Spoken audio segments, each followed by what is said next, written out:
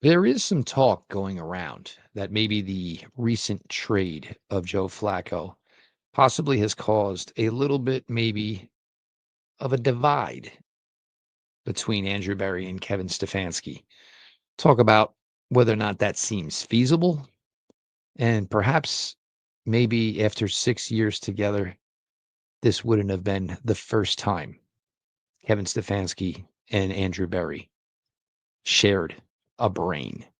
Browns 3D on the OBR streaming network begins now.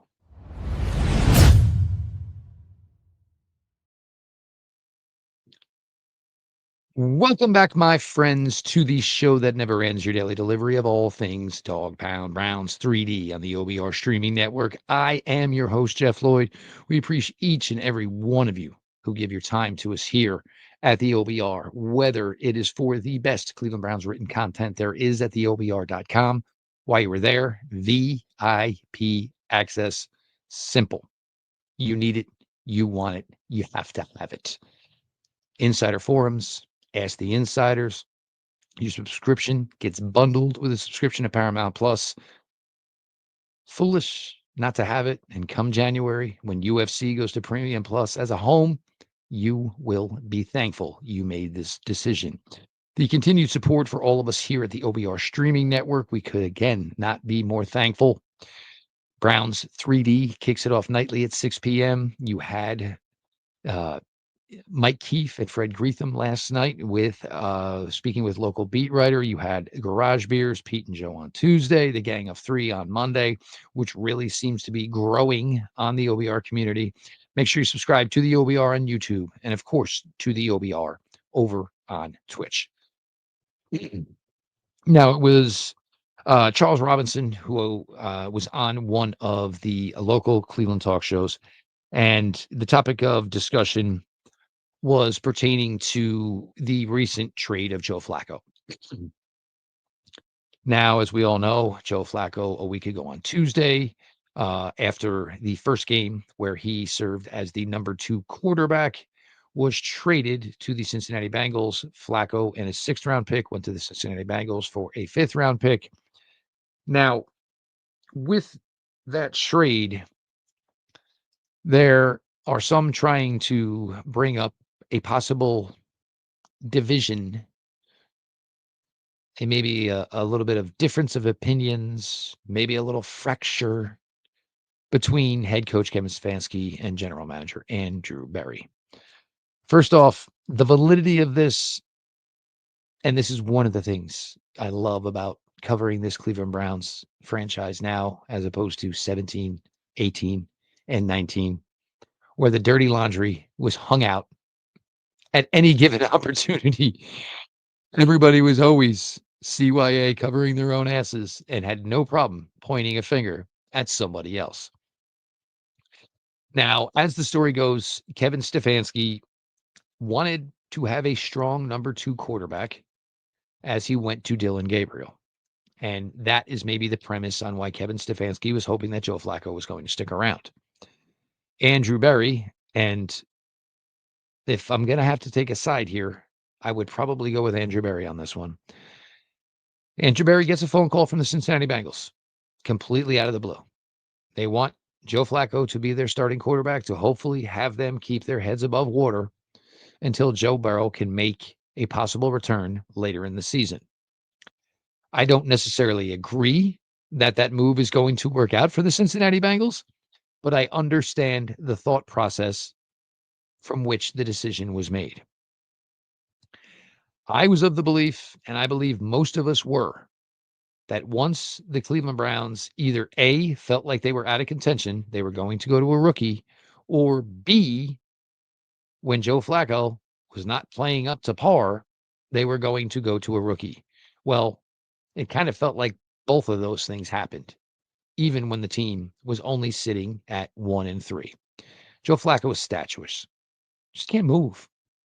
And it's understandable at 40 years old. And it's not like Joe was ever a quarterback that, his game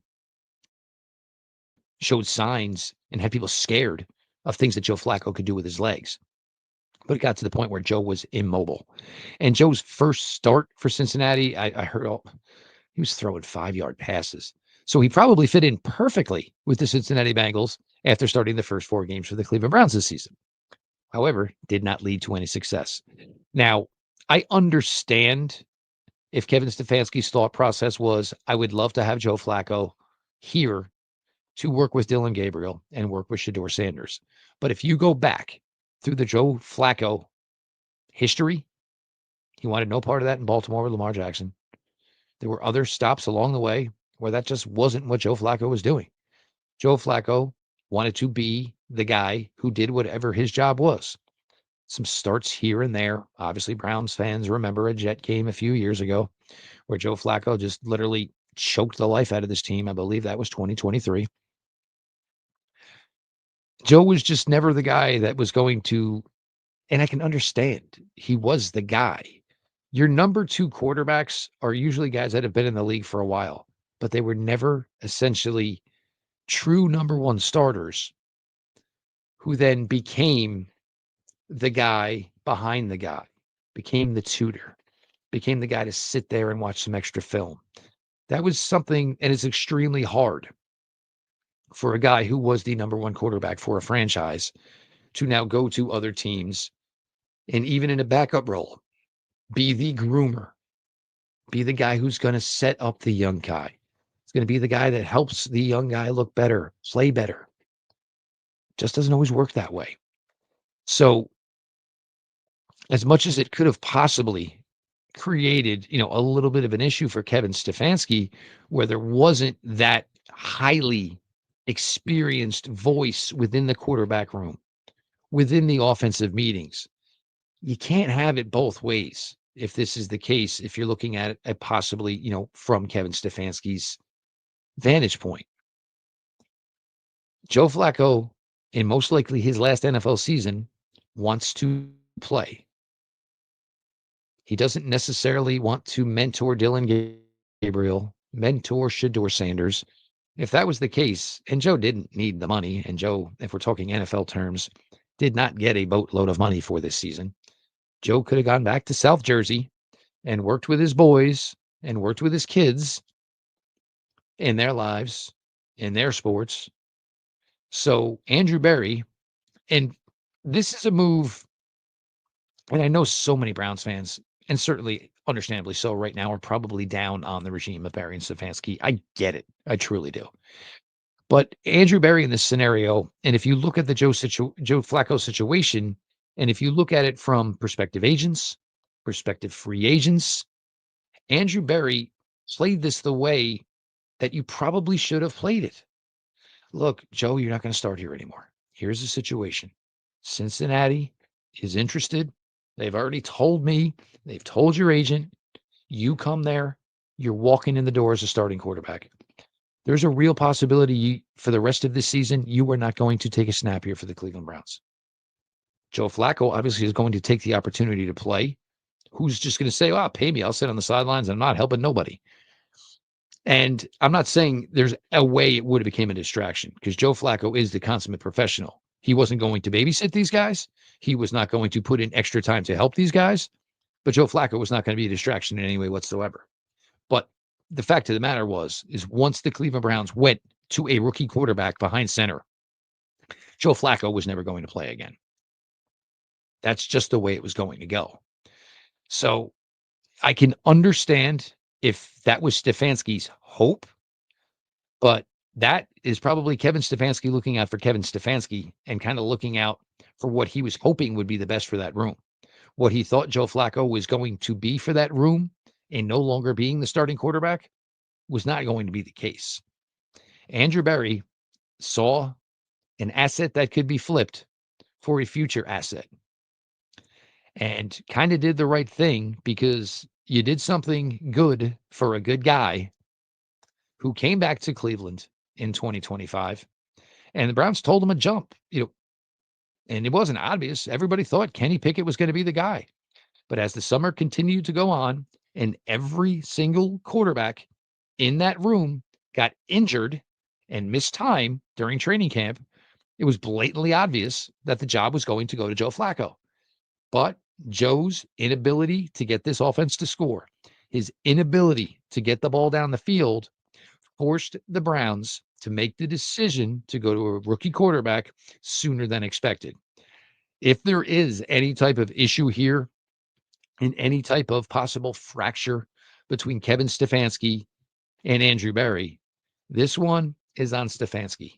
Berry made the move to take care of the guy who was there for them in 2023 and tried to be there for them again in 2025, and also knowing very well that Joe Flacco, with an opportunity to start somewhere else, was not going to be content grooming Dylan Gabriel and Shedeur Sanders. Now, the injury report for Browns Dolphins on Sunday. Jack Conklin still not practicing in the concussion protocol. Now, David Njoku with the knee, a DNP as well. Those are ones we're watching for. We're Thursday. We'll see where they come Friday. And the thing where it gets kind of interesting for Conklin is if he is not on the field tomorrow in any way whatsoever to practice, he will definitely be out on Sunday. You have to string together a couple of straight days. And I'm not sure if Conklin's not on the field on Friday, that's going to lead to him possibly playing on Sunday. Gage Lavardane, however, did get on the practice field today, still in the protocol. And from my understanding, and unless it's been tweaked, with the protocol, you have to get 2 practices under your belt and then be cleared after that. So for Lavardane, it's a good start in that direction. We'll see if he ultimately gets there to be dressed on Sunday. If not, Bubba Ventrone has been spoken to today by the media. Bubba Ventrone did say Isaiah Bond would be his punt returner on Sunday if Gage Lavardane is unavailable to go. Looking at the Miami injury report, nothing is glaring from that standpoint. The Dolphins will be as healthy as they can possibly be with what they have.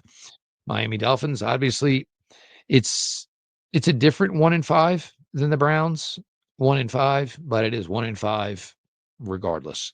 And I know there are so many Browns fans that are ready to move on from Kevin Stefanski as head coach. Not me. And you guys know that. However, it certainly feels like the Miami Dolphins are in a situation where Mike McDaniel, it's getting late early for Mike McDaniel.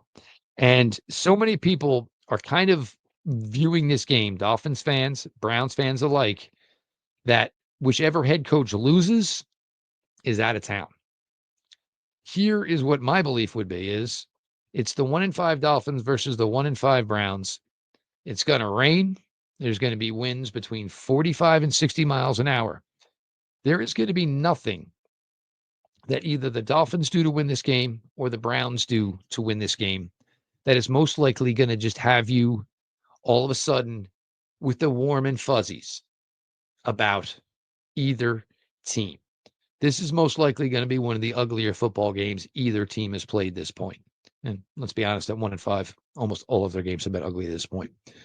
But the weather is going to be a factor. It's going to be warm, mid-60s or higher.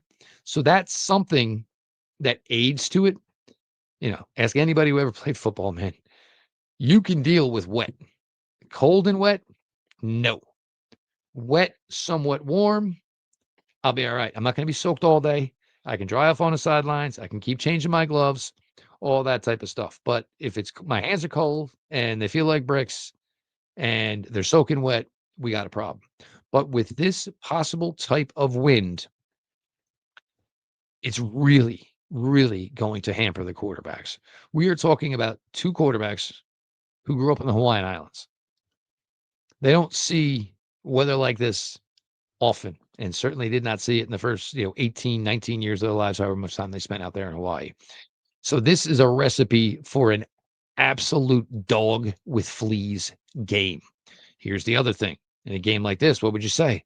Well, field goal kickers, 45, 60 mile an hour winds. Not sure what that's going to do for the kicking game either. So it comes down probably pretty clearly, pretty loudly to running the football. The Miami Dolphins are currently 32nd in the NFL against stopping the run. The best thing the Cleveland Browns offense does is run the football. Now, certainly it looks like Cam Robinson will be starting at left tackle. The question is, what is the route the Browns go at right tackle this week? I'm going to give you the way I think it's going to go and the way I would do it. And I'm sure most of you are going to need to take a little Pepto Bismol for your stomachs. I think I'm starting KT Levinson at right tackle. And before you throw things at me, here's why. I don't think you're going to throw very much if you're the Browns. I mean, a couple of screens, maybe some short things. It's going to be a really difficult day to throw the ball through the air if the weather patterns and the weather forecast holds. Cornelius Lucas, if you told me the weather was good or we're playing in South Beach and the weather is more suited to being able to play a complete offensive style of football, then yes, Cornelius Lucas is who I'm going to start at right tackle. If you're telling me that most likely I am going to run the ball, I'm going to run the ball more than I pass it. I'm probably going to run the ball significantly more than I'm going to pass it. Therefore, I'm going to start KT Levinson, who I think is the better run blocker. I'll be honest, he's a pretty damn good run blocker. If the penalties didn't come in the amount of numbers that they did, I think people would probably feel a little better about KT Levinson. I will say this. We talk about how much the interior of the Cleveland Browns offensive line is going to change from 2025 to 2026. I would not be surprised if KT Levinson becomes a guy who could be a possible starter on this Cleveland Browns offensive line in 2026 at a guard position. If I'm the Browns, I think with 4 running backs on my 53-man roster, and we have seen first 2 weeks, first week, Quinshon Judkins didn't play. Rocket Sanders did. Then once Quinshon Judkins was back and starting in week 2, Raheem Sanders, Rocket Sanders, was inactive. If I'm the Browns, I am going to activate all 4 running backs. Because my intention is every one of them is going to get some run. I'm going to give the ball to Quinshon Judkins, hopefully 20 plus times. Then, when you're a little tired of Quinshon Judkins, I'm going to give the ball to Dylan Sampson, and you can chase him around for a little bit. And then after you get tired of that, I'm going to have Raheem Sanders come in and just go north-south on you and run people over. I got Jerome Ford can handle some third down duties, a possible 2-minute scenario. I can even hand the ball to Jerome Ford as well.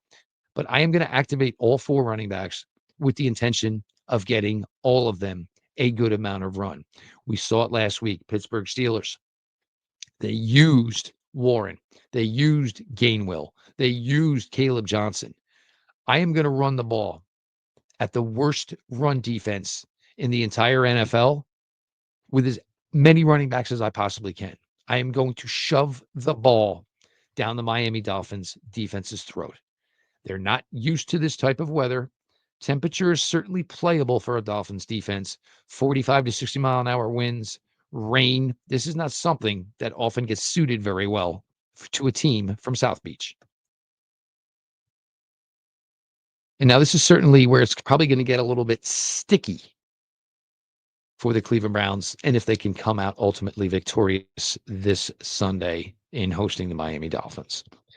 Now, this is not going to be one where we're going to start grading people. I don't want to hear about Kevin Stefanski's offense. I don't want to hear what Dylan Gabriel looks like. This game is essentially going to be a survivor game. You get maybe one game of this a year, maybe one every 2 years, where the weather can be an absolute issue.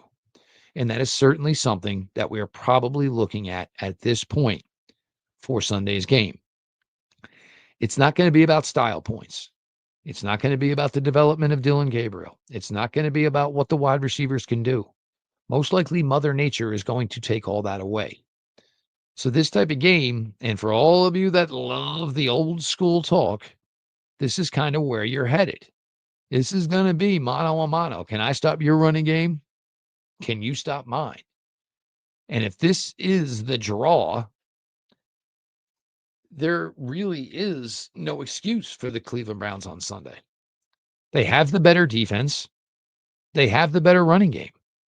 Devin Shane is a good player. Not sure these conditions are essentially perfectly set up for a guy like Devin Shane. Devin Shane, the absolute freak with his speed, kind of likes a nice dry surface. And kid from Texas, give him some open space and watch him run. In a scenario like this with the Browns defensive line, and it looks like health is going to be there for the Browns defensive line, we're going to wait and see because Joe Tryon has been limited to this point through 2 days of practice. So has Mike Hall. So maybe instead of dressing a fifth defensive end this week for Cleveland, maybe a guy like Mike Hall does finally get to the 53-man roster and get to dress on Sunday because you want to maybe play 5 on the defensive line. You're trying to do everything you can to stop the running game. I don't think either defense should have much of a concern of the threat of the passing ability of either Tua Tagovailoa or Dylan Gabriel. I just don't think it's going to be something that either defense is necessarily going to have to worry about. So this is a scenario that should work out well for Cleveland. And it's not going to ease the fan base into feeling any more comfortable about this offense going further, but it will ease the concern within that locker room that they can still do enough things correctly and still have enough talent in some key positional groups that can turn into a victory. So we're going to have certainly an interesting one on Sunday. And, if that means, Aiden Huntington's going to play a little bit more offense than normal because we're going to run it a lot, that's fine. You want to have Harold Fannin line up in that backfield a little bit more, maybe a little power eye, I'm fine. This team should be able to shove the ball down the throat of the Miami Dolphins. And that should be the modus operandi for Sunday. Where this team is headed over the next few weeks, it's going to be hard to tell. But I think if you can get this first W with Dylan Gabriel behind center, with all of the kids, Fannin, Bond, Thrash, maybe a little more Malachi Corley, who blocks pretty well, Lavardane, Judkins, Sampson, Sanders, Harold Fannin. And we'll see, because right now, with Njoku not practicing, that means a tight end's coming up, most likely, if David can't go from the practice squad. That also could mean that you are going to get some interesting looks from the offensive line because KT Levinson was already playing some move tight end last week.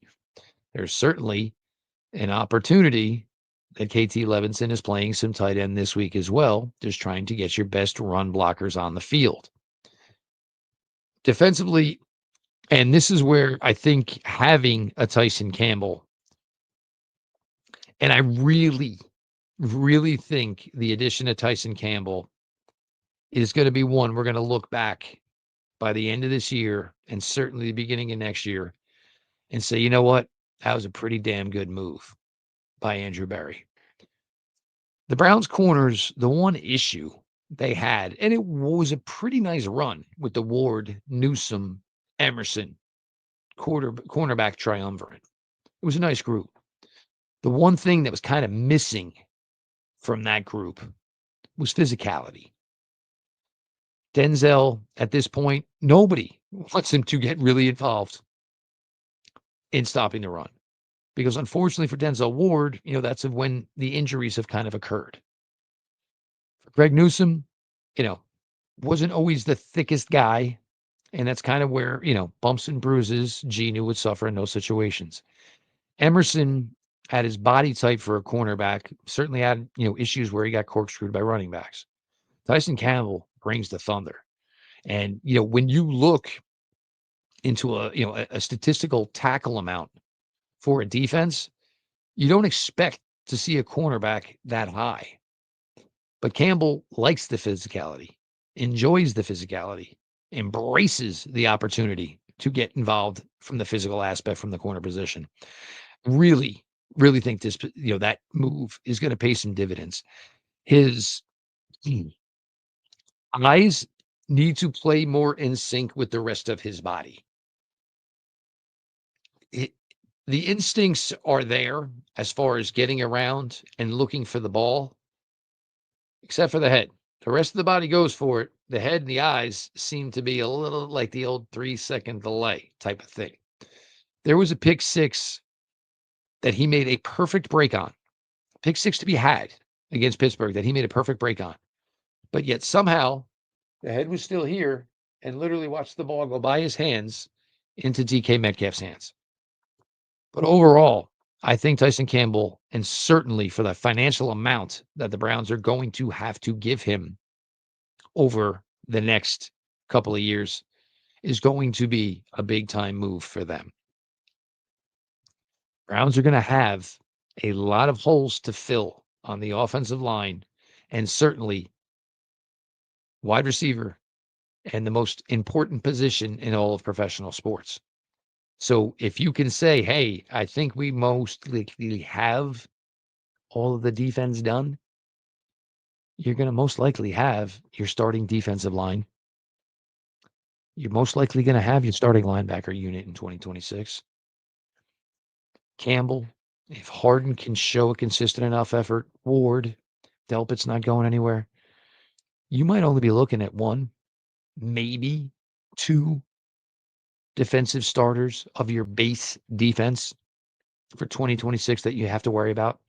That is a pretty enviable position to be in if you're the Cleveland Browns, which allows you to focus on certainly rebuilding that offensive line, adding some skill to that wide receiver room, and finding the guy.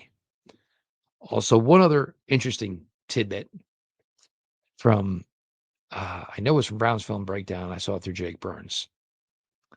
Fernando Mendoza, senior year of high school, was committed to Yale. As it got late in the process, the quarterback that was committed to Bill Musgrave at Cal flipped near the very end and went to UCLA. Bill Musgrave, who everybody thinks is here and in some sort of connection with Deion Sanders and Shedeur Sanders, met with Fernando Mendoza. Had a nice little conversation, and Bill Musgrave said, you want in? We need you. I want you at Cal. Fernando Mendoza decommitted from Yale, signed with Cal immediately. We know how the rest has worked out. We know where he's sitting right now with Indiana on the number one team in the nation. His head coach just got an 8-year contract extension in Indiana.